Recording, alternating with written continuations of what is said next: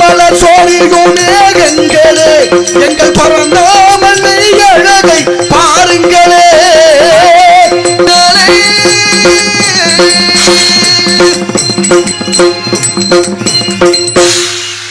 நாராயண நமக, நமச்சிவாய நமக, ஓம் நமோ நாராயணாய நமக.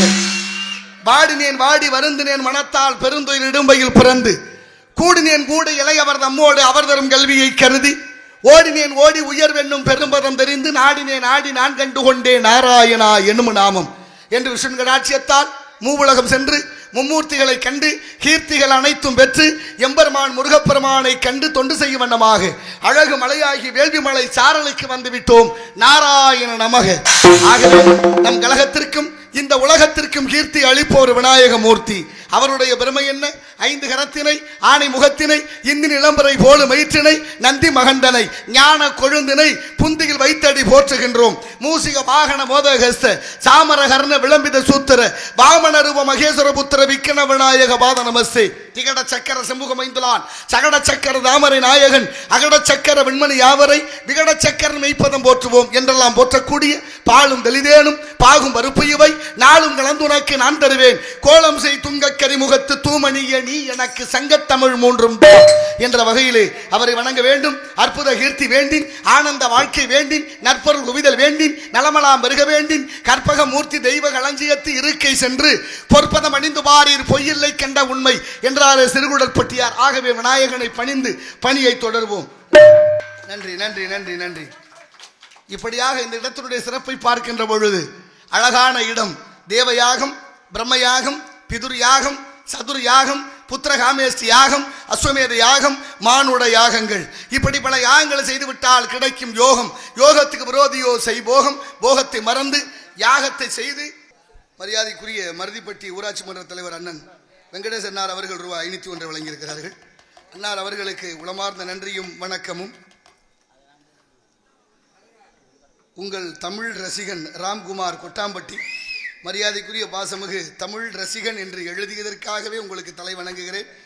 அன்பு ரசிகன் தம்பி ராம்குமார் அவர்களுக்கு நெஞ்சம் நிறைந்த நன்றி நன்றி நன்றி உளமார்ந்த வணக்கம். ஆகினாலே இடத்தினுடைய சிறப்பை பார்க்கின்ற பொழுது தவத்துக்கு ஒருவர், தமிழுக்கு 2வர், குணத்துக்கு 3வர், சவத்துக்கு 4வர், சகலத்துக்கும் 5வர், சுவைக்கு 6வர், ரிஷிகள் 7வர், பசுக்கள் 8, தானியங்கள் 9, பசி வந்தால் 10 பறக்கும் என்று உலக வழக்கின்படி இந்த இடத்தினுடைய சிறப்பை பார்க்கின்ற பொழுது உள்ளம்பெருங்கோயில், ஊனுடம்பை ஆலயம், வல்லபிரானார்க்கு வாய் கோபுர வாசல், கள்ளப்புலனைந்தும் காணா மணி விளக்க, தெல்ல தெளிந்தார்க்கு சீவனே சிவலிங்கம், இடைகளை பின்களை சுழுமுனை ஆகிய 3 சுவாசமான காற்றை ஏற்றி இறக்கி இருகாலம் பூரிக்கும் காற்றை பிடிக்கும் கணக்கறிவாளன் இல்லை, காற்றை பிடிக்கும் கணக்கறிவாளனுக்கு கூற்றை உதைக்க குறியது வாமே என்று திருமூலர் திருமந்திரத்திலே பாடுகிறார். உள்ளங்கோயில்னு பாடின அவரேதான்.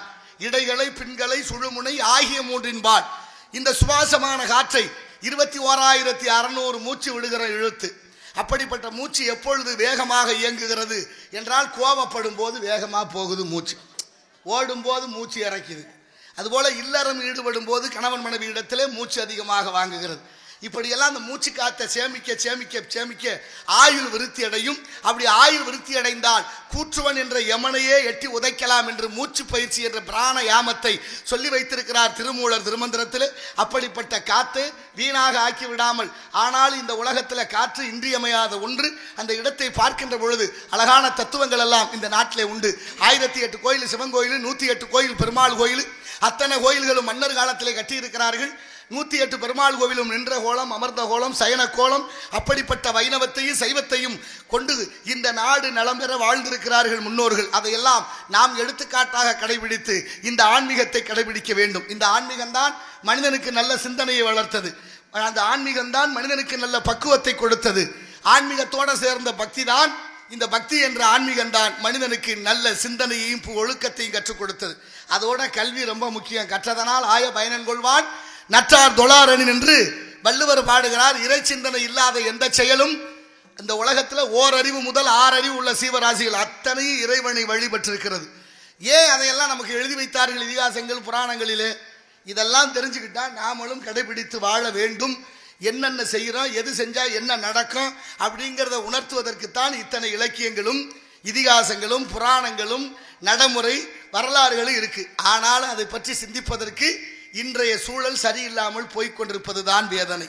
பாரதி சொன்னது போல நெஞ்சு பொறுக்குதில்லையே நிலைகட்ட மாந்தரை நினைந்து விட்டால் நெஞ்சு பொறுக்குதில்லை என்று பாடுகிறான். நல்லதோர் வீணை செய்தே நலங்கட புழுதியில் எறிவதுண்டோ சொல்லடி சிவசக்தி சுடர்மிகு வடிவோடு என்னை ஏன் படைத்தாய் என்று கேட்கிறான். அப்படிப்பட்ட பாரதி கிட்ட ஒருத்தர் போய் கேட்கிறாரு, ஐயா பாட்டுக்கு ஒரு புலவர் எட்டயபுரத்து முண்டாசி கவிஞனிடத்தில் ஒரு குழப்பத்தோட ஒரு சீடன் கேட்கிறான், ஐயா எதை கும்பிடுறது, எல்லாம் ஜாமியா இருக்கு, நிறைய கடவுள் இருக்கார், எதை கும்பிடலாம்? உடனே பாரதி சொல்கிறார், கேளப்பா சீடனே, கேளப்பா சீடனே, கழுதை ஒன்றை கீழான பன்றியினை தேளை கண்டு இரு கரமும் சிறமேற்கொண்டு சங்கர சங்கர என்று பணிதல் வேண்டும்ங்கிறார். எப்படி வைக்கிறாரு? கழுதையை கண்டியா வணங்கு. ஏன் கழுதையை கும்பிடணும்? கழுதை தான் பொதி சுமக்குது.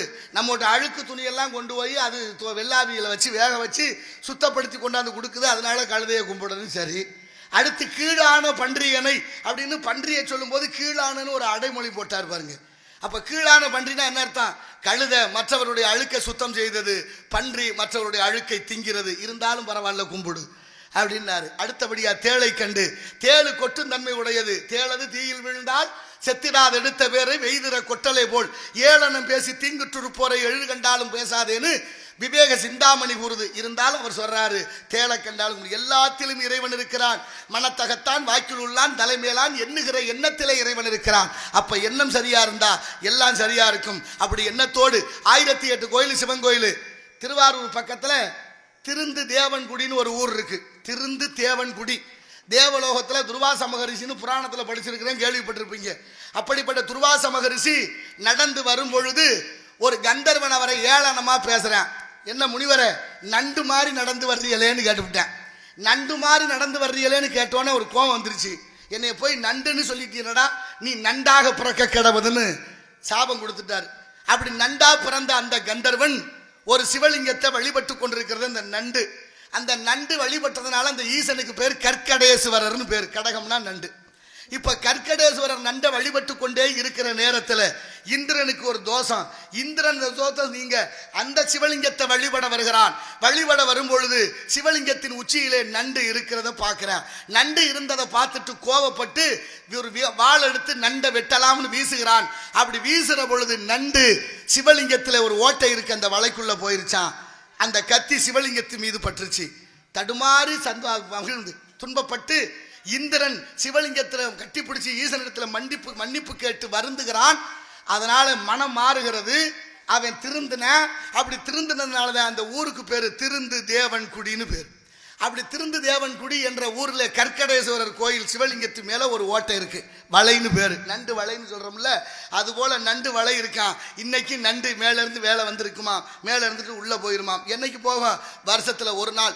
இப்படி கடகலக்கணம் கடகராசிக்காரர்களாம் அங்க போய் அந்த ஈசனை வழிபடணும் அப்படின்னு நமக்கு ஆன்மீகம் நிறைய கற்பித்து கொடுக்கிறது. ஆகையினால பக்தி தான் மனிதனுக்கு நல்ல சிந்தனையை கொடுக்கும். இந்த கோயில் இல்லாத ஊர்ல குடியிருக்க கூடாது. கடவுள் தான் ரொம்ப முக்கியம். ஆன்மீகத்துக்குள்ள இருந்த அறிவியல் வந்தது. சில பேர் சில விதமா பேசுறது உண்டு. தர்க்க ரீதியா பார்த்தோம்னா அதை நிரூபிக்கவே முடியாது. நீங்க 10 லட்சம் ரூபாய் இல்ல 10 கோடி ரூபாய்க்கு ஒருத்தருக்கு முடியல, மருத்துவமனைக்கு கொண்டு போனாலும் மருத்துவர் பரிசோதனை எல்லாம் பண்ணி முடிச்சுட்டு என்ன சொல்றாரு, என்னால முடிஞ்ச வரைக்கும் பார்த்துட்டேன், நீங்க கடவுளை வேண்டிக்கங்கன்னு கையை விரிச்சிடுறாங்க. அப்போ ஒன்று இருக்கத்தானே செய்யுது. அப்படினால என்ன செய்யணும்? ஆன்மீகத்தை நம்ம சரியாக பயன்படுத்த வேண்டும். இப்போ அப்படியா இருக்கு, கோயில் திருவிழான்னா சாராய கடை முழுசா வந்துருது. கும்பாபிஷேகம்னாலும் சாராய கடை, யார் வீட்லயாவது ஒரு மரணம்னா அன்னைக்கும் சாராய கடை. இங்கே தமிழ்நாடு எப்படி மாறிடுச்சு? நல்லதுக்கும் சாராயம், கெட்டதுக்கும் சாராயம். விளங்குமா இந்த நாடுன்னு யோசிங்க. என்னை ஒரு தம்பி தொலைபேசியில் தொடர்பு கொண்டு நீங்கள் இதெல்லாம் பேசாதீங்க, இது உங்களுக்கு நல்லது இல்லை. சாராயம் குடிக்க சொல்லி யாரும் கூப்பிடலை. கடையை திறந்து வச்சா உங்களை யார் குடிக்க சொன்னது? உங்களுக்குன்னு சுய ஒழுக்கம் இல்லையான்னு அவர் என்னை கேட்குறாரு. அதெல்லாம் நல்லா தான் இருக்குது. 25-30 வருஷத்துக்கு முன்னாலே எல்லாம் ஊருக்குள்ளே 1-2 பேர் குடித்தாங்க. அவங்களும் வெளியே தெரியக்கூடாதுன்னு வெக்கப்பட்டுக்கிட்டு தலையில் துண்டை போட்டுக்கிட்டு குடிச்சிக்கிட்டு தெரிஞ்ச காலம். வெளியே தெரியக்கூடாதுன்னு இப்போ ஊருக்குள்ள 1-2 பேர் தான் குடிக்காம இருக்கிறோம். மற்ற பேர் பூரா குடிச்சு விட்டு இந்த குடிக்காத ஆளுகளை படுத்துற பாடு இருக்க தாங்க முடியல. அதை விட இன்னொன்னு சொல்றேன் பாருங்க, எங்கேயாவது பெரு நகரங்கள்ல இருந்துச்சு சாராய கடை. பெரு நகரங்கள்ல ரொம்ப தூரம் போய் வாங்க முடியாதுன்னு சில பேர் அதுக்கு போறதே இல்லாம இருந்துச்சு. இன்னைக்கு நம்ம கிராமங்களுக்கு எல்லாம் சாராய கடை கொண்டாந்து கட்டி வச்சாச்சு. இடத்த கொடுக்குறாரு, வாடகை வருதுன்னு இடத்துக்காரரு கட்டி வச்சுட்டா நடக்க முடியாது பூரா அங்கே வாங்கி இங்கே ஆம்பளை பொம்பளைகளுக்கெல்லாம் சாராய கடை இருக்குது. உங்களுக்கு தெரியுமா? மதுரையில் பெண்களுக்கு சரியான மதுபான கடை, பெண்கள் மதுபான கடை. சரி, மதுரையில் மட்டும்தான் திறந்தாங்களான்னு பார்த்தா திருநெல்வேலி நாகர்கோயிலில் திறந்தாச்சு. இப்போ எவ்வளோ மகத்துவம் வாய்ந்த இந்த நாடு, எவ்வளோ பெரிய பெருமை. இந்த நாட்டை கொண்டாடுற நீங்கள் இதையெல்லாம் கொண்டாடித்தான் ஆகணும், மறுக்க முடியாது. தீபாவளிக்கு 790 கோடிக்கு வித்திருக்கு மதுபானம் ஒரே நாளில். நாட்டோட வளர்ச்சி இந்த தமிழர்கள் எவ்வளவு குடிச்சிருக்கிறாங்கன்னு இதுல இருந்து தெரிஞ்சுக்கலாம். கீழடி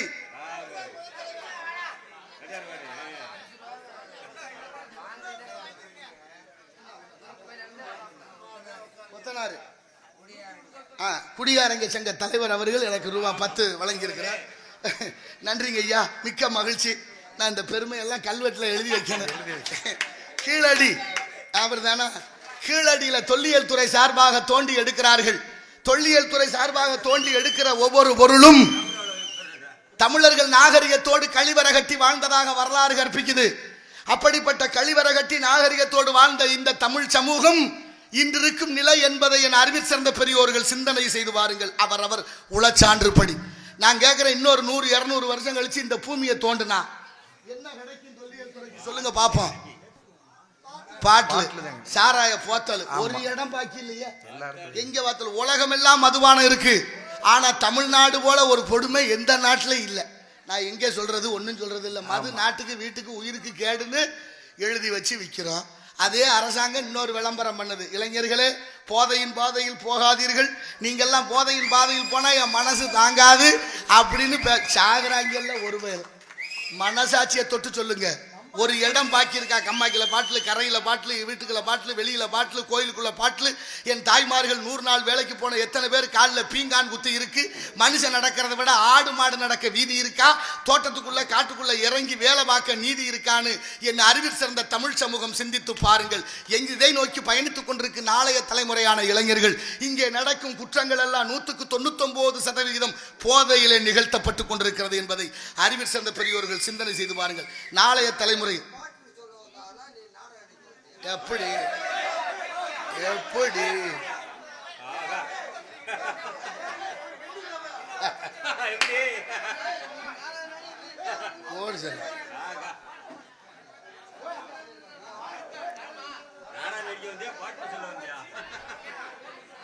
ஐயா, உங்கள் முகநூலில் பார்த்து பல கருத்துக்களை தெரிந்து கொண்டேன்.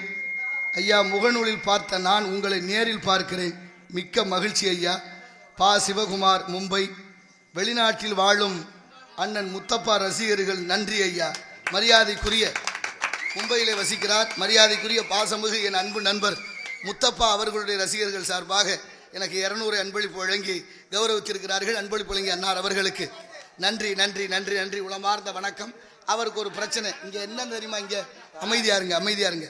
இங்கே என்ன பிரச்சனைனா உண்மையை பேச முடியாது, உண்மை கசக்கும். நோய் தீரணும்னா மருந்து சாப்பிடணும். ஒருத்தருக்கு வைத்தியம் பார்க்கணும், வைத்தியத்தில் நோய் தீரணும்னா மருந்து சாப்பிடணும். மருந்து கசக்கத்தான் செய்யும். கசக்குதேன்னு சாப்பிடாம இருந்தால் நோய் தீராது. அப்போ மருந்து கசக்குதான் பரவாயில்ல, சாப்பிட்டாத்தான் நோய் தீரும். நல்லது கசக்கத்தான் செய்யும். தர்மத்தின் வாழ்வு தன்னை சூதுகவும் இறுதியிலே தர்மம் வெல்லும் என்ற நல்ல சிந்தனையோடு இந்த இடத்தினுடைய சிறப்பை பார்க்கின்ற பொழுது, இப்படியாக இந்த இடத்தினுடைய சிறப்பை பார்க்கின்ற பொழுது அழகான இடம் வேள்விமலை சாரல். சப்த ரிஷிகளும் சப்த இடியாரும் சப்த கன்னிகளும் சப்த ஆங்கார உள்ளடக்கி ஐம்புலனை சுட்டறுத்து தூங்காமல் தூங்கி சுகம் பெறுவதை காலம் என்று சிந்தை அடக்கி சிறுபுலனை காற்றடக்கி விந்தை அடக்கி வேள்வி செய்திருக்கிறார்கள். அதனால்தான் இந்த இடத்துக்கு பேர் வேள்விமலை சாரல்னு பேர். அப்படிப்பட்ட வேள்விமலை சாரல் முருகப்பெருமான் குடிகொண்டிருக்கின்றார்.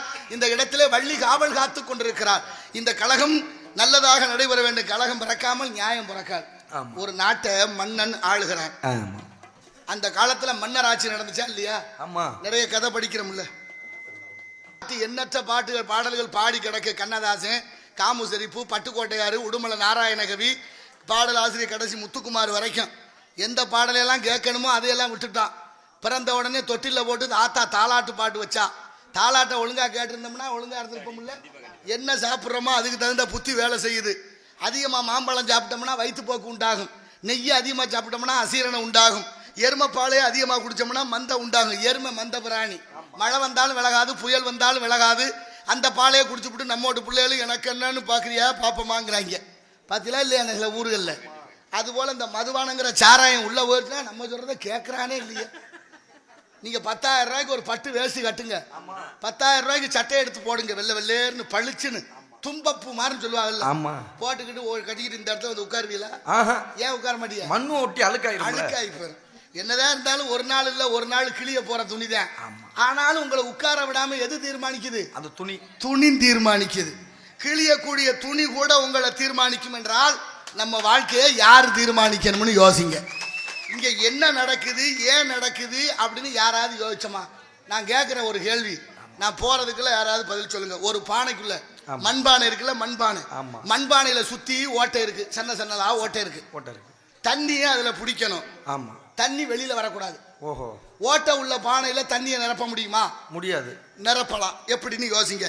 இப்ப மன்னர் ஒரு நாட்டை ஆள்றாரு. மன்னருக்கு என்ன யோசனை?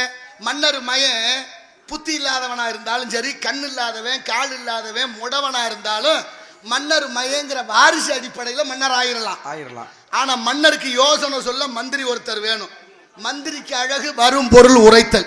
சலசலப்பு இல்லாம கேளுங்க, ரொம்ப முக்கியமான கதை. ஆமா, இப்ப மன்னருக்கு கூட இருக்கிறவரும் மந்திரி.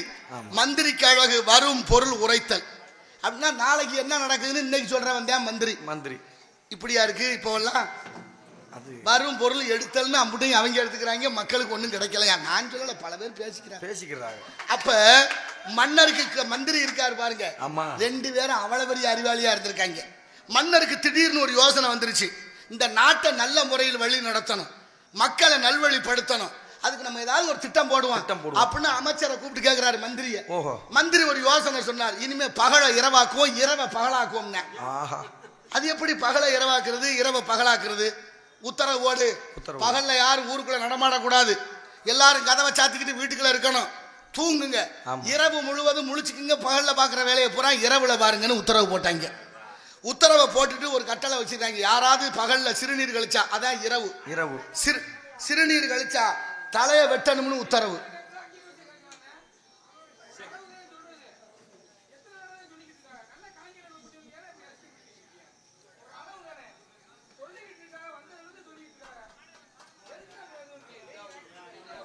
அப்படி பகலை இரவாக்கி இரவை பகலாக்கியாச்சு.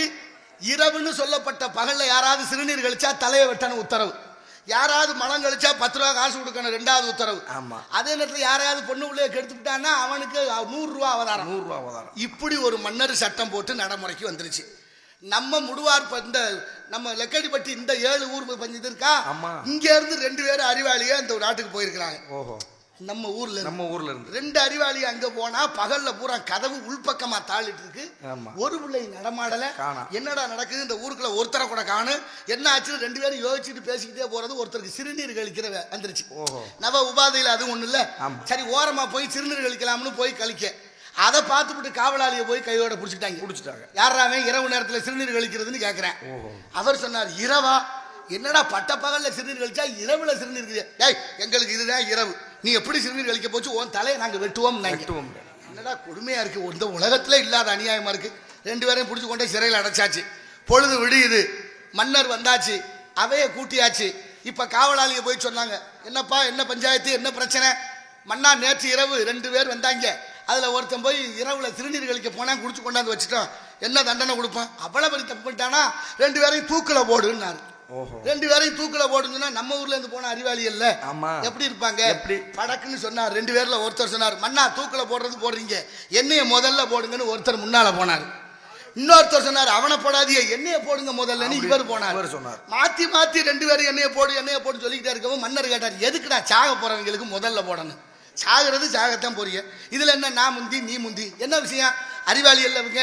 ஒருத்தர் சொன்னாரு, யாரு முதல்ல தூக்குல சாகுறாளோ அவருக்கு சொர்க்கம், அது தேவலோக பதவி கிடைக்குமான்னாரு. முதல்ல சாகுறவனுக்கு தேவலோக பதவியா கிடைக்குமா? ஆமா மன்னா, அதனாலதான் என்னைய தூக்குல போட சொல்றேன், சீக்கிரம் என்னைய போடுங்க, நான் தேவலோக பதவியை அடையணும்னு. அடடே, அப்படி ஒரு காரணம் இருக்கா? நீங்க சாதாரண மனிதர்கள், உங்களை எல்லாம் தேவலோக பதவி அடைய விட மாட்டான், நான் தான் தூக்குல போடு போவேன், எனக்கு தான் தேவலோக பதவின்னு மன்னர். மந்திரி சும்மா இருப்பானா? அப்படி மன்னர் தேவலோகத்துக்கு இந்திரன் ஆயிட்டா நான் எப்படி இருக்க முடியும்? நானும் கூடவே இருப்பேன், என்னைய தூக்குல போடுன்னு அடுத்த ஆளு. இப்ப பார்த்தாங்க நம்ம ஊர் அறிவாளிய 2 பேரும் மன்னரையும் மந்திரியும் தூக்குல போட்டு நாடை அவங்க கைப்பற்றி சரி செய்தார்களாம். இப்ப யார தூக்குல போடலாம்னு நீங்க யோசிங்க. நமக்கு தேவையில்லை பெரிய இடத்து பொல்லாப்பு, அரமணை கோழி முட்டை அம்மிக்கல்ல உடைக்க. நான் ஒன்னும் சொல்றதுக்கு இல்லை. ஆனாலும் இங்க இவ்வளவு சலசலப்பு ஏன்னு எனக்கும் தெரியல. இப்படி நல்ல சுபதினமாக அனைவருக்கும் விளங்கணும். நாட்டில் எத்தனையோ தினங்கள் இருக்கு. அன்னையர் தினம், காதலர் தினம், உழைப்பாளர் தினம், எத்தனை தினங்கள். உழைப்பாளர் தினத்தை யார் கண்டுபிடிச்சா? உழைப்பாளர் தினம் எப்படி வந்துச்சு? 12 மணி நேரம் வேலையாட்கள் எல்லாம் வேலை செய்து கொண்டு வாழ்ந்தார்கள். 12 மணி நேரம் 12 மணி நேரம் உழைக்கிற வர்க்கம் உழைத்து கொண்டே இருந்தது. சுரண்டுற வர்க்கம் சுரண்டிக்கிட்டே இருந்துச்சு. இப்பவும் நம்மளை சுரண்டுறாங்க தெரியுமா உங்களுக்கு? அலைபேசி வச்சிருக்கிறீங்க எல்லாரும் கையில. அலைபேசிங்கிற செல்போன் இல்லாத ஆளே இல்லை. செல்போனுக்கு மாசக்கணக்கில் காசு போடுறீங்க. ஆமா, ஒரு மாதத்துக்கு 200 300 அவங்க என்ன திட்டம் வச்சிருக்காங்களோ அந்த திட்டத்துக்கு காசு போடுறீங்க. ஒரு மாசம் எத்தனை நாள் இருக்கு? 30 நாள். ஆனா 28 நாள்ல முடிச்சு போடுறானே. எப்படி? ஒரு மாசம் இருக்கிற போது 28 நாள்ல முடிக்கிறதுக்கு கணக்கு கொடுக்குறான். சரி, 28 நாள் வரைக்கும் கொடுக்குறானான்னு பார்த்தா 25வது நாளே சொல்லிடுவேன் உங்களுடைய கணக்கு முடிய போது, சீக்கிரம் பணம் போடுங்கிறேன். இப்படியே சொல்லி 28 நாளை 26 நாள் ஆக்குனா 4 நாள் இல்லாம போச்சு. இப்படி 4 நாளா பிடிச்சி மாசம் இன்னொரு மாத்தையை உற்பத்தி பண்ணி அவன் சுரண்டான் நம்மளை. யாராவது யோசிச்சீங்களா? அதை பத்தி ஏதாவது சிந்தனை இருக்கா? அப்ப உழைப்பாளர் தினம் என்று உருவாக்குறதுக்கு யார் பாடுபட்டா? ரஷ்ய புரட்சியாளர் லெனின். இன்னைக்கு 2 பேருடைய உடம்பு பூமியில புதைக்காம எரிக்காம இருக்கு. எத்தனை பேருக்கு தெரியும்? அந்த பாட்டை பாடு, இந்த பாட்டை பாடு. எந்த பாட்டை கேட்டு நம்ம மாறி இருக்கிறோம்? எந்த பாட்டை கேட்டு நம்ம மாறி இருக்கிறோம்? மாறின மாற்றம் நம்மளை பூரா பாமரர்களாக வைக்க ஒரு கூட்டம் திட்டம் போடுது. இவங்க எல்லாம் தெளிவடையவே கூடாதுன்னு பல விதத்தில் சாராயம், திரைக்கவர்ச்சி, நிறக்கவர்ச்சி, எத்தனை விஷயங்களை புகுத்தி இந்த மக்களை ஏமாளிகளாக ஆக்கி சுரண்டி கொழுக்குது ஒரு கூட்டம். அப்பேற்பட்ட 2 பேருடைய உடம்பு, ஒன்று பக்தியாளன், ஒன்று அரசியல்வாதி. அவர்தான் ராமானுஜர். இன்னைக்கு திருவரங்கம் என்ற ஸ்ரீரங்கத்தில் அவர் உடம்பு இருக்கு. 1000 வருஷம் ஆச்சு அவருடைய உயிர் போய். இன்னைக்கு இருக்கு, போனா தரிசிக்கலாம். வரப்போது ஐப்பசி மாசம் பௌர்ணமி வருது. ஐப்பசி பௌர்ணமி அன்னைக்கு ஒரு வார்த்தை இருக்கு தெரியுமா? சோறு கண்ட இடம் சொர்க்கம்னு. சோறு கண்ட இடம் சொர்க்கம்னா என்ன அர்த்தம்? சோறு போடுற இடத்துல சாப்பிட்டு அங்கனே படுத்துங்கிறதா? அப்படி இல்லை அர்த்தம். ஐப்பசி பௌர்ணமி மாதத்தன்னைக்கு சிவாலயங்களிலே அன்ன அபிஷேகம் நடக்கும். அந்த சோறு வடிச்சு அபிஷேகம் செய்வார்கள். அப்படி சிவனுக்கு சோறு அபிஷேகம் செய்யும் போது பார்த்தா சொர்க்கம் இருக்குன்னு தான் சோறு கண்ட இடம் இருக்கும்னு சொல்லி வச்சாங்க. அப்படி உழைப்பாளர்களுக்கு 12 மணி நேர வேலையை 8 மணி நேரம் ஆக்கி இந்த உலகமே கொண்டாடும் அளவர் கொண்டு வந்து நிறுத்தியவர் லெனின். அவருடைய உடம்பு இன்னைக்கும் பத்திரமா இருக்கு. அப்ப இருக்கணுமா இல்லையா? யாரு கேட்கிறா சொல்லு பேச்சு? எதை சொன்னாலும் காதுல வாங்குறது. இந்த காதுல வாங்கி இந்த காதுல விட்டு ஒரு கணவனுக்கு புருஷன் பொண்டாட்டிக்கு சண்டை வந்துருச்சு. இனிமே சேர்ந்து வாழ முடியாது, சட்டப்படி விவகாரத்து பெற்றலாம்னு முடிவு பண்றாங்க. நேரா நீதிமன்றத்துக்கு போனேன். நீதிபதியை பார்த்து சொல்றேன், ஐயா நாங்கள் 2 கணவன் மனைவிகள், இவ்வளவு நாளா வாழ்ந்த வாழ்க்கை எங்களுக்குள்ள ஒரு வெறுப்பை ஏற்படுத்திடுச்சு, அதனால நாங்க பிரியணும், எங்களுக்கு ஒரு விவகாரத்து கொடுங்கன்னாரு. அப்படியா? கொடுத்துருவோம் தம்பி. பிள்ளை ஊட்டி இருக்கா? ஆமா 3 பிள்ளை இருக்குங்க. சரி, இப்ப யாரு எத்தனை பிள்ளைய நீங்க வளர்க்கறது? அந்த அம்மா படக்குன்னு சொன்னா, என்னதான் இருந்தாலும் ஆம்பளையாளு சம்பாதிக்கிறாரு, அதனால அவர் 2 பிள்ளைய வளர்க்கட்டு, நான் 1 பிள்ளைய வளர்க்குறேன்னா அவன் ஏத்துக்கணும்ல. அவன் படக்குன்னு சொன்னா அப்படிலாம் முடியாது, நான் ஒரு இடத்துல இருக்கிற ஆளுகள்ல அங்கிட்டு ஓடுறேன் ஓடியாரேன், சின்ன பிள்ளைல வச்சுட்டு முடியாது, அவளை வளர்க்க சொல்லுங்க 2 பிள்ளைன்னா. இல்ல முடியாது, அவளை வளர்க்க சொல்லுங்கன்னு அவ சொன்னா. 2 பேருக்கும் சண்டை வந்துருச்சு. இப்ப நீதிபதி கேட்டார், ஏற்கனவே சண்டை போட்டுக்கிட்டு இங்க வந்திருக்கிறீங்க, இங்க வந்து மாடா சண்டை போடணும், ஒரு முடிவுக்கு வாங்க. உடனே அவன் சொன்ன, ஒரு உதவி பண்ணுங்க ஐயா. என்ன? ஒரு 5 நிமிஷம் அவகாசம் கொடுங்க, இந்த பிள்ளைய கூட்டிட்டு போய் பேசி ஒரு முடிவுக்கு வர்றேன், போயிட்டு வா. 5 நிமிஷம் கழிச்சு வந்தேன். முடிவு எடுத்துட்டீங்களா தம்பி? ஆமாங்க ஐயா. என்ன செய்யணும்? நீங்க இன்னொரு உதவி பண்ணணும். என்னடா உதவி பண்ணணும்? இன்னும் 1 வருஷம் அவகாசம் கொடுங்க. எதுக்கு? இல்ல 3 பிள்ளையா இருக்கிறத பிரிக்க முடியல, அதனால இந்த பிள்ளைய கூட்டிட்டு போய் மாசமாக்கி இன்னொரு பிள்ளை பெத்துக்கிட்டா 4 பிள்ளை ஆயிரம், ஆளுக்கு 2ஆ பிரிச்சுக்கலாம்னு. நீதிபதிக்கே நீதி சொல்றாங்களே. வரலாறு படிச்சவங்களுக்கு தெரியும், அலெக்சாண்டர், மாவீரன் அலெக்சாண்டர் தன் தந்தை லூயிஸுக்கு எதிராக நீதிமன்றத்தில் நீதி சொல்லியிருக்கிறார். இது வரலாறு. இன்னைக்கு நீதிமன்றத்தில் நீதிபதி எல்லாம் அவங்க இஷ்டத்துக்கு தீர்ப்பு சொல்றாங்க. யாரோ சொல்றாங்க, அவங்களும் சொல்றாங்க. நமக்கு தேவையில்லாத பெரிய இடத்து பொல்லாப்பு, அரமணை கோழி முட்டை அம்மிக்கல்ல உடைக்கும். ஆனாலும் பாருங்க, நீதிபதி சொன்னார், எங்கிட்ட பிரச்சனை தீர்ந்தா சரி போங்க, 1 வருஷம் கழிச்சு வாங்க. வந்தேன், பொம்பளை பிள்ளை மாசம் ஆயிடுச்சு, 10வது மாதம் குழந்தை பிறக்க போது. அவன் நினைச்சுக்கிட்டு இருக்கேன் 1 பிள்ளை பிறக்கும்னு. ஏற்கனவே 3 பிள்ளை, மொத்தம் 4000, ஆளுக்கு 2ஆ பிரிச்சுக்கலாம்னு. ஆனா இறைவன் ஒருத்தர் இருக்கால, 8 வருமா என்காணி மீதை இருந்த கலை பட்டருமாம் நான்மாவில் பாய்ந்ததுவே சித்தர் தோளும் மாவேறு வீதி வர கண்டுன்னு பாடுற. சித்தர் தோறும் தேவாதி தேவன் மாவேரி வீதி வர கண்டுன்னு மா கணக்கு, காணி கணக்கு, முந்திரி கணக்கு, கால் வீச அரை முக்கால் எல்லா கணக்கா அவன் கணக்குக்கு கீழே. அதுக்கு மேல எதுவும் இல்லை. அவன் பார்த்தேன் ஒரே பிரசவம் 2 உள்ள பிறந்து போச்சு. இப்ப ஏற்கனவே 3, இப்ப 2 5. எப்படி பிரிக்கிறது? மறுசிக்கலாகி போச்சு. மறுசிக்கலாகி நான் கூட நினைச்சேன் இன்னொரு 1 வருஷம் அவகாசம் கேட்க சொல்லுவோமான்னு.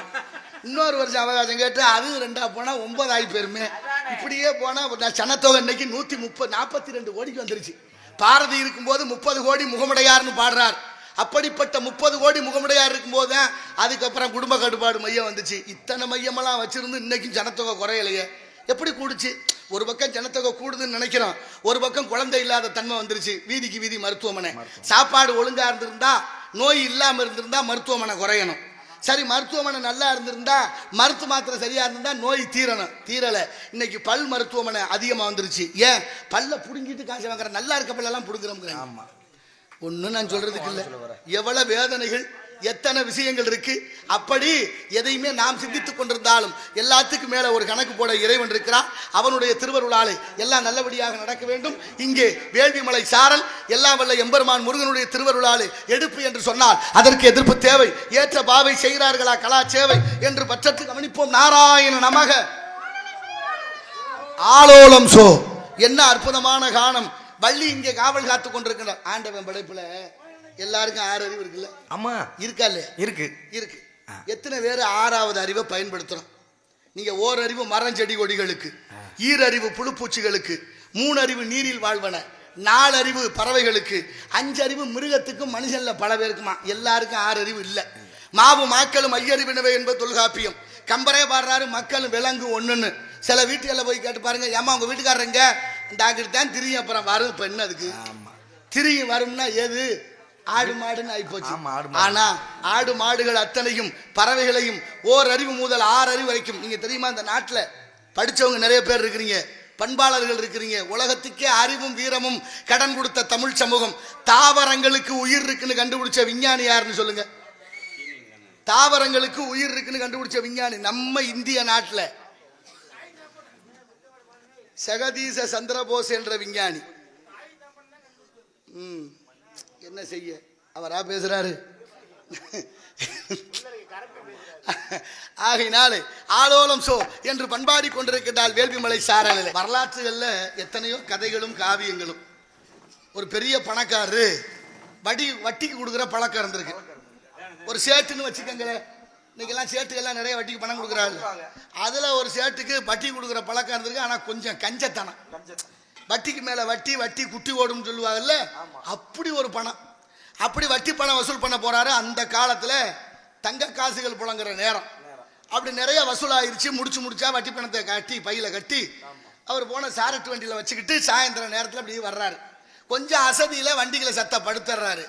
வண்டி மாடு குலுங்க வரும்போது ஒரு முடிச்சு தங்க முடிச்சு பைய நழுவி கீழே விழுந்துருது. இப்ப நேரா வீட்டுக்கு போறாரு. பையில எடுத்து வைக்கும் போது ஒரு பைய குறையுது.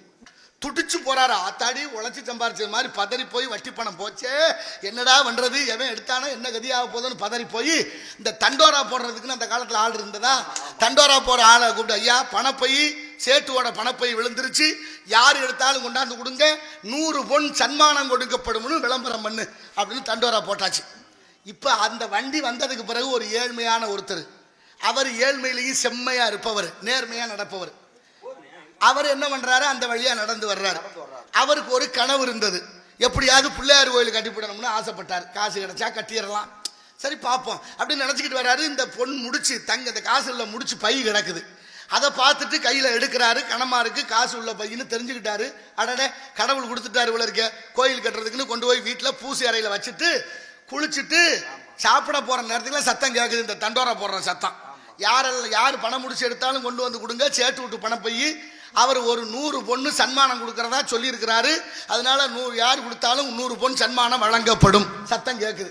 இவருக்கு ரொம்ப மகிழ்ச்சி ஆகி போச்சு. பரவாயில்ல, நம்ம வச்சுக்கலாம் நினைச்சோம். இப்ப பணப்பை இன்னாருக்குன்னு தெரிஞ்சிருச்சு. அதை கொடுத்தோம்னா 100 பொற்காசு கொடுத்துருவாரு. அதை வச்சாவது கோயிலுக்கு கட்டிடலாங்கிற சந்தோஷத்துல பொழுது விடிஞ்சு வெளியாம குளிச்சுட்டு சாமியை கும்பிட்டு நெத்தி நிறைய விபூதியோட அந்த பணப்பையை கொண்டு போய் கொடுக்குறாரு. கொடுத்தோன்னு சேட்டு வாங்கி எண்ணி பார்க்குறாரு. 800 பொற்காசுகள் இருக்கு. 800 பொற்காசுகள் இருக்கு. கொடுத்துட்டு சொன்னார், ஐயா உங்களோட காசு சரியா இருக்கா, நீங்க சொன்னீங்கல்ல 100 பொண்ணு தர்றதா, அந்த சன்மான காசு 100 பொற்காசுகளை கொடுங்கன்னாரு. சேட்டு என்ன சொன்னேன், 100 பொற்காசு கொடுக்குறோம்னு சொன்னதெல்லாம் உண்மைதான்.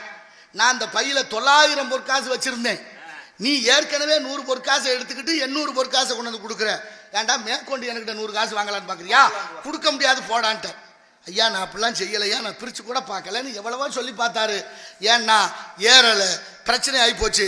அவர் திருட்டு பட்டம் கட்டிட்டாரு. மனசு தாங்கல. காசு கொடுக்காட்டினாலும் பரவாயில்ல, நம்மளை திருடேன்னு சொல்லிவிட்டானேன்னு மனசு சில பேருக்கு தன்மானம் இருக்கும்ல. வந்தாரு, ஊரை கூட்டினாரு, பஞ்சாயத்து ஆகி போச்சு. பஞ்சாயத்துல கேட்கறாங்க, விவரத்தை சொல்றாரு. ஐயா வழியில வரும்போது ஒரு பணப்பை கிடந்துச்சு, எடுத்து கொண்டு போய் வீட்டில் வச்சிருந்தேன். அந்த நேரத்தில் ஒரு தண்டோரா சத்தம் கேட்டுச்சு, எடுத்து கொடுத்துட்டா 100 பொன் சன்மானம் தர்றதாக. ஐயா சேட்டுக்கிட்ட கொண்டே கொடுத்தேன். அவர் வாங்கி வச்சுக்கிட்டு கொடுக்க மாட்டேன், 100 பொற்காசு தர மாட்டேன்னு சொல்றாரு. நீங்க தான் கொடுக்கணும். உடனே சேட்டுக்கு ஆள் விட்டு கூப்பிட்டாந்துச்சு. அவரை கூப்பிட்டு கேட்டா, ஐயா பணப்பை உங்கள்கிட்ட தானா? ஆமா. எவ்வளவு வச்சிருந்திய? 900 பொற்காசு வச்சிருந்தேன். இப்ப எவ்வளவு இருக்கு? 800 இருக்கு. அவரு கொடுக்க வேண்டிய 100, அதான் 100 பொண்ணு அவன் எடுத்துக்கிட்டா, அதான் 800 இருக்கு, 100 குறைஞ்சு வச்சுன்னாரு சேட்டு. இப்ப பஞ்சாயத்துல சொல்றா, என்னதான் இருந்தாலும் பணக்காரன் பொய் சொல்ல மாட்டேன், அதனால உண்மையாத்தான் இருக்கும். ஏழை எளிய மக்கள் தான் பொய் சொல்லும். காசுக்காக ஆசைப்பட்டு அதை எடுத்திருந்தாலும் எடுத்திருப்பேன். இங்க அப்படி இல்லை. காசை வாங்கிட்டு ஓட்டு போடுறோம்னு சத்தியம் பண்ணிட்டா என் மக்கள் அதை மீறுது இல்லை, சத்தியத்தை காப்பாத்த. ஆனா எவ்வளவு பெரிய கொடுமை இருக்கு பாருங்க. கேரளாவில் ஓட்டுக்கு காசு கொடுக்க போனா விளக்கமாத்த எடுத்து அடிக்கிறாங்களாம் தாய்மார்கள். இங்க காசு கொடுக்காம போனா விரட்டி கூடி அடிக்க போறேன், காசு கொடுக்காம போனா. எப்படி மாறி இருக்கும் பாருங்க. எவ்வளவு பெரிய பக்கத்துல தான் இருக்கு இவ்வளவு வித்தியாசம். இப்ப தீர்ப்பு சொல்லணும். எப்படி தீர்ப்பு சொன்னா தெரியுமா? ஐயா சேட்டு உங்களோட பணப்பைய எடுத்தாங்க, எண்ணுங்க, 800 பொற்காசு இருக்கு. அப்போ நீங்க வச்சிருந்த பொற்காசு எவ்வளவு இருந்துச்சு? 900. இதுல எவ்வளவு இருக்கு? 800. அப்படின்னா இந்த பொற்காசு பைய உங்கோட்டு இல்ல, 800 பொற்காசு இருப்பது உங்கோட்டு இல்ல, அவற்றை கொடுங்க. 900 பொற்காசு உள்ள பணப்பை கிடைச்சா உங்களுக்கு ஆளு விடுற வாங்கிக்கலான்னு போய் சொல்லிட்டான். அதான தீர்ப்பு. அப்படித்தானே சொல்லணும்.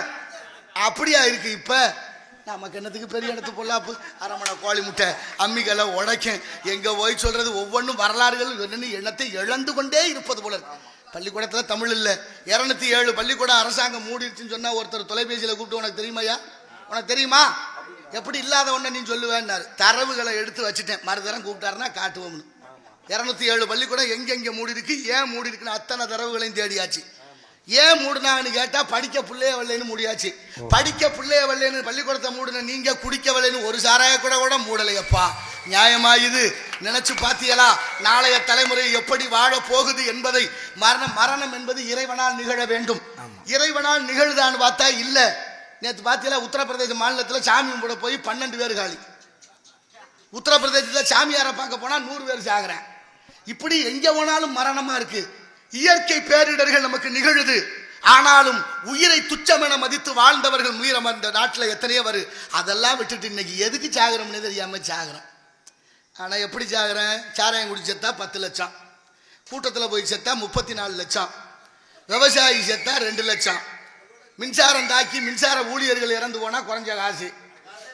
இந்த இடி விழுந்து இந்த கடலூர் மாவட்டத்தில் 12 பேர் செத்து போனா அதுக்கு வழி இல்லை. இப்ப எப்படி சாகுறதுன்னு தெரியாம முழிக்குது இப்ப மக்கள். அப்ப என்னன்னு செய்யறது?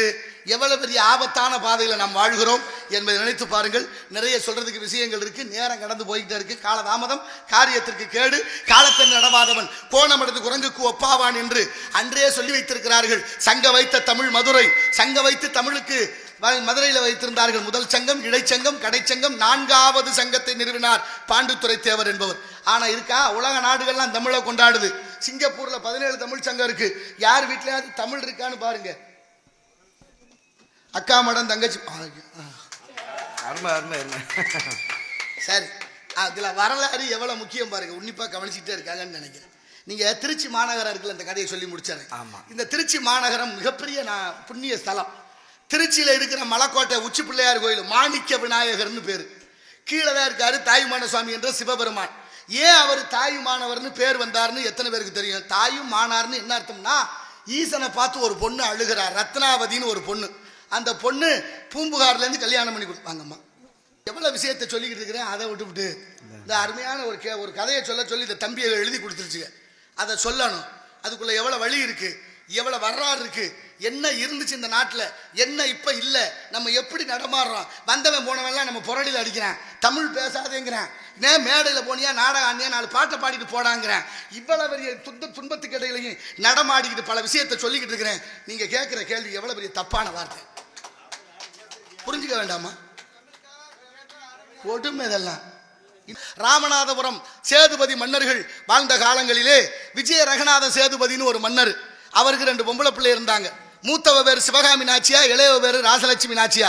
2 பொம்பளை பிள்ளைகளும் பெரிய பிள்ளைகள் ஆயிடுச்சு. தாய் இல்லாம வளர்த்த பிள்ளைகள் பெரிய பிள்ளைகள் ஆன உடனே அவங்க அப்பா சிவகாமி ராசலட்சுமி கல்யாணம் பண்ணி கொடுக்கணும்னு ஆசைப்படுறாரு. அவங்க தங்கச்சி மையன் ஒருத்தர் இருந்தார், யாரு, மன்னர் விஜய ரங்கநாத சேதுபதி மன்னருக்கு கூட பிறந்த தங்கச்சி மையன் தண்டபாணி தேவர்.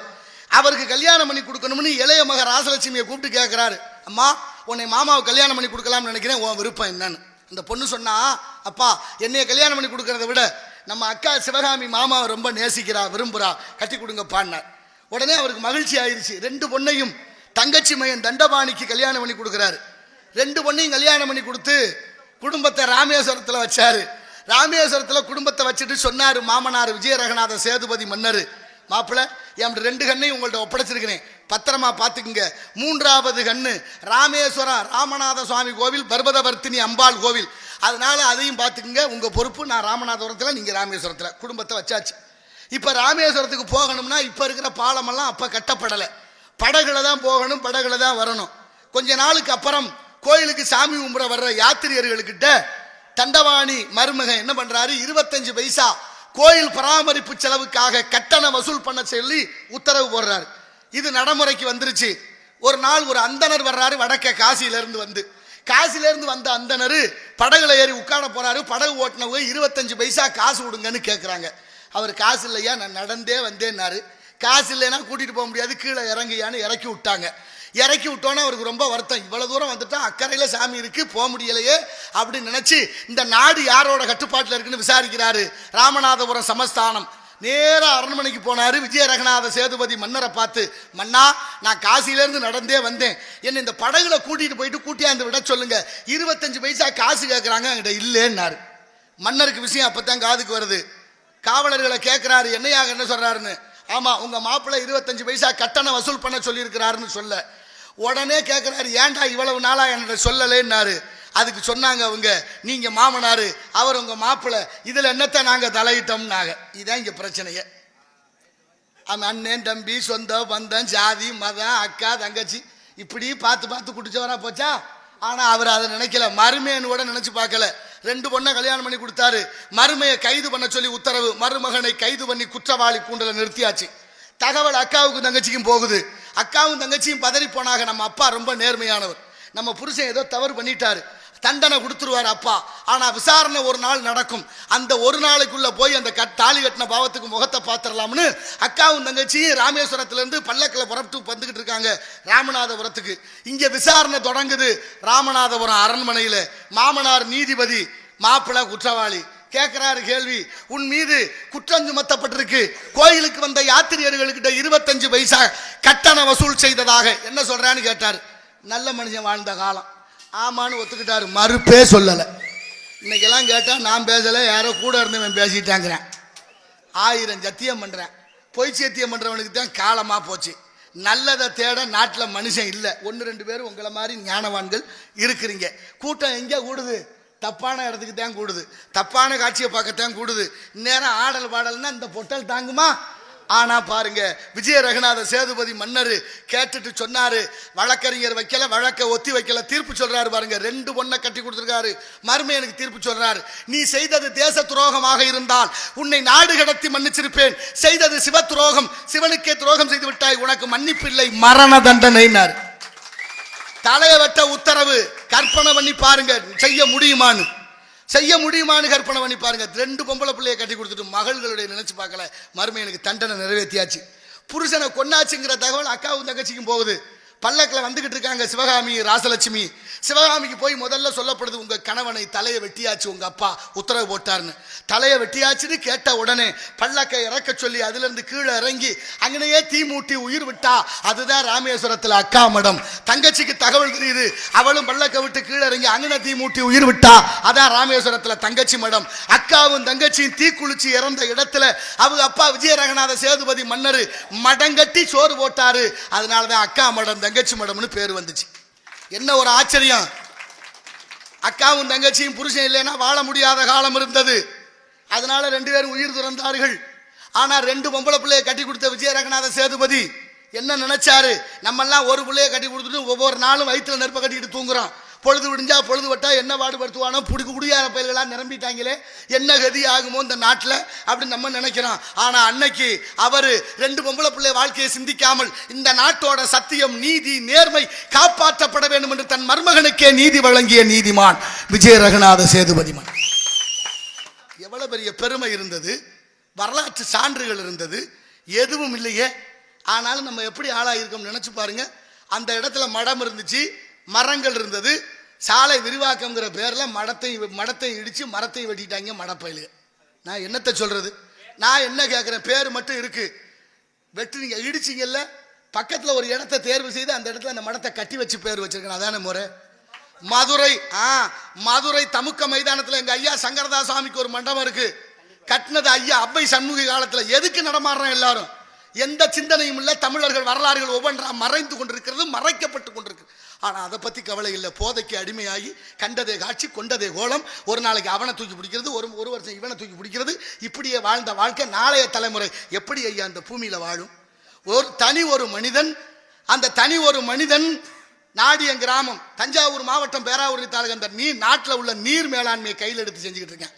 திருச்சுழியிலிருந்து சாயல்குடி வரைக்கும் பெரிய சாதனை. ஆப்பிரிக்க நாடான கென்யா போயிட்டான் நிமல் ராகவன் என்ற தம்பி. அந்த தம்பியை கொண்டாடணும். எவ்வளவு பெரிய கதைகள் இருக்கு, வரலாறுகள் இருக்கு.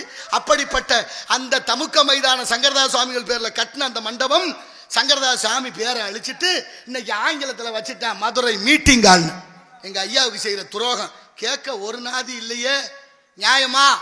போதும் நினைக்கிறேன். நம்ம கண்ணத்துக்கு பெரிய இடத்து போடலாம். அரமணை கோழி முட்டை அம்மிகளை உடைக்க வருகிறான் காவலன், அவனை சந்திப்போம். சுந்தரம் நிறைந்ததும் எந்த உலகெங்கு ஏன் வந்தார்? சுந்தரம் நிறைந்ததும் பொன்றிறந்த மங்கைவள் இந்த உலகிற்கு வந்தார். அந்த மிகுந்த தேவர் தொந்தமி முழங்க வரும். அந்த மிகுந்த தேவர் தொந்தமி முழங்க வரும். எஞ்சிறன் வழங்கும் எங்கள் கந்தசாமிக்கே தகுந்த சுந்தரம் நிறைந்ததும் பொன்றிறந்த மங்கைவள் இந்த உலகிற்கு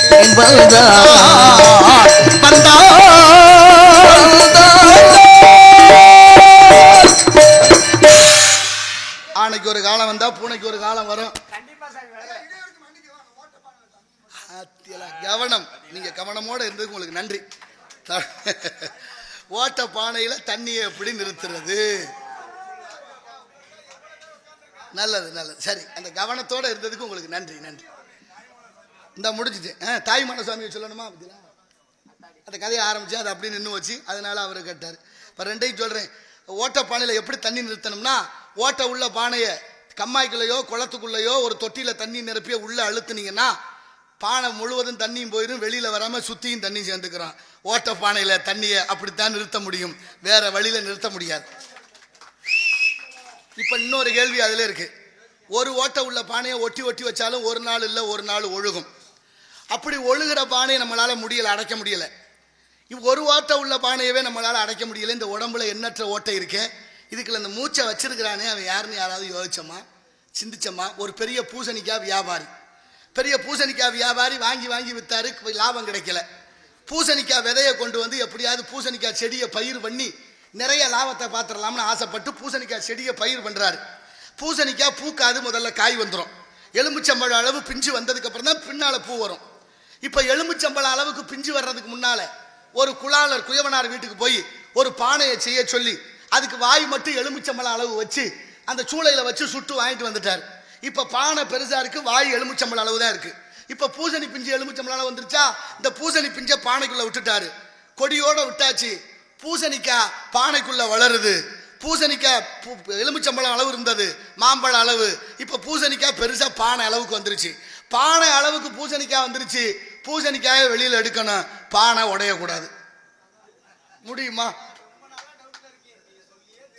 எப்படி இருக்கு பாருங்க. இப்ப தாயுமான சுவாமி, இப்ப ஒருத்தர் இஸ்லாமியர் கிறிஸ்தவரானார், ஒருத்தர் இந்து இஸ்லாம் ஆனார், ஒரு பெண்ணு தாயானா, ஒரு அப்பா அப்பாவானா, அப்படித்தானே சொல்லணும். இங்க தாயும் ஆனார், இம்மன்னா வருது. என்ன அர்த்தம்? இறந்த காலம் தழுவிய எச்ச உண்மை. தாயும் ஆனார் அப்படின்னா அவர் தந்தையா இருந்தார்னு அர்த்தம். அப்படின்னா அப்பாவா இருந்த ஈசன் தாயாக மாறினார். யாருக்காக?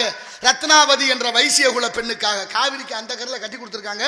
அந்த பொம்பளை பிள்ளை மாசமா இருக்கா, புருஷன் சம்பாதிக்க போயிட்டாரு, துணைக்கு ஆள் இல்லை, அம்மா பூம்புகாரில் இருக்கிறா, கடிதம் போடுறா, அம்மா அங்கமெல்லாம் நோகுது, கால் வலினா கால் மட்டும் வலிக்கும், கண்ணு வலினா கண்ணு மட்டும் வலிக்கும், உடம்பு வலினா உடம்பு மட்டும் வலிக்கும், இந்த பிரசவம் உடம்பெல்லாம் நோகுதம்மா, சீக்கிரம் வந்து சேர்ந்து கடிதம் போட்டா. அம்மாவும் இங்கேருந்து காயங்கருப்பட்டியை எடுத்துக்கிட்டு நடந்தே வர்ற காலம். வந்துக்கிட்டே இருந்தா காவிரி கரைக்கு வந்தாச்சு. காவிரியில் வெள்ளம் பெருக்கெடுத்து ஓடுது, பாலம் கட்டப்படாத காலம், காவிரியை கடந்து போக முடியல, மகளை பார்க்கணுங்கிற அக்கறை மகளோ அக்கறையில். இப்ப மக பார்த்தா புருஷனும் இல்லை, தாயாரும் இல்லை, உடம்பெல்லாம் நோகுது. அந்த கரையில இருந்து மலைக்கோட்டையில இருந்து அந்த ஈசனை பார்த்து வேண்டா, ஈசா வேண்டுவது வேண்டுவான் ஈவான் கண்டாய், பாலுக்கு பாலகன் வேண்டி அழுதுட பார்க்கடல் ஈந்த பிரான், தாயினும் சால பரிந்துன்னு பாடுறாங்களே, உனக்கு கருணை இருக்கேப்பா, கொஞ்சம் என்னை காப்பாற்றப்படாதான்னு வேண்டுனா. அவ்வளவுதான். உடனே சாமி படக்குன்னு என்ன பண்ணாரு, ஒரு பெண்ணா வடிவம் எடுத்தாரு, தாயா மாறினாரு. கூட கங்காதேவியும் உமாதேவியாரையும் பணிப்பெண்களாக, அதாவது செவிலியராக கூட்டிக்கிட்டு நேராக ரத்னாவதி வீட்டுக்கு போனா. மகளே கவலைப்படாத, கொஞ்சம் தாமதமாகி போச்சு அப்படின்னு அந்த பொண்ணுக்கு எல்லா வேலைகளும் செய்து சரியான நட்சத்திரத்தில் ஒரு ஆண் குழந்தை பிறக்குது. இப்படியே ஒரு வாரம் போயிருச்சு. காவிரி வெள்ளம் வடிஞ்சிருச்சு. இந்த கரையில் இருந்த அம்மா இப்போ தண்ணி வடிஞ்ச உடனே அந்த கரைக்கு வந்து வீட்டு வாசல்ல வந்து மகளே ரத்னாவதின்னு கூப்பிட்டா. இவளுக்கு ரொம்ப மயக்கமாகி போச்சு. ஏன்னா வீட்டுக்குள்ள ஏற்கனவே ஒரு அம்மா இருக்கிறா, வெளியில வந்து அம்மா நிக்கிறா. இதுல யாரு நம்ம அம்மா? எல்லாரையும் அம்மா அம்மான்னு கூப்பிட வச்சியல, இதுல யார் அந்த அம்மா அப்படின்னு பார்த்தா கடைசியா அந்த அம்மா சொன்னா, உள்ள இருந்துகிட்டு யாரு சொன்னா? சிவபெருமான். அம்மாவா இருந்தவ இப்ப அப்பாவா மாறி தாயின் தந்தையுமராக விடையின் கண் ஆரோகணித்து, மகளே உன்னுடைய ஆத்மாவுக்கு நான் தாய், உன் சரீரத்துக்கு அவதாய். இந்த ஊர் இருக்க வரைக்கும் என் பேர் இருக்கும், என் பேர் இருக்க வரைக்கும் ஓம் பேரும் இருக்கும், கவலைப்படாதுன்னு வாழ்த்தி மறைந்தார் இறைவன். அவர்தான் தாயுமான சுவாமி. வருகிறான் காவலன், அவனை சந்திப்போம், பிறகு நமது கழகத்தைப்படி சிந்திப்போம். நாராயணன்.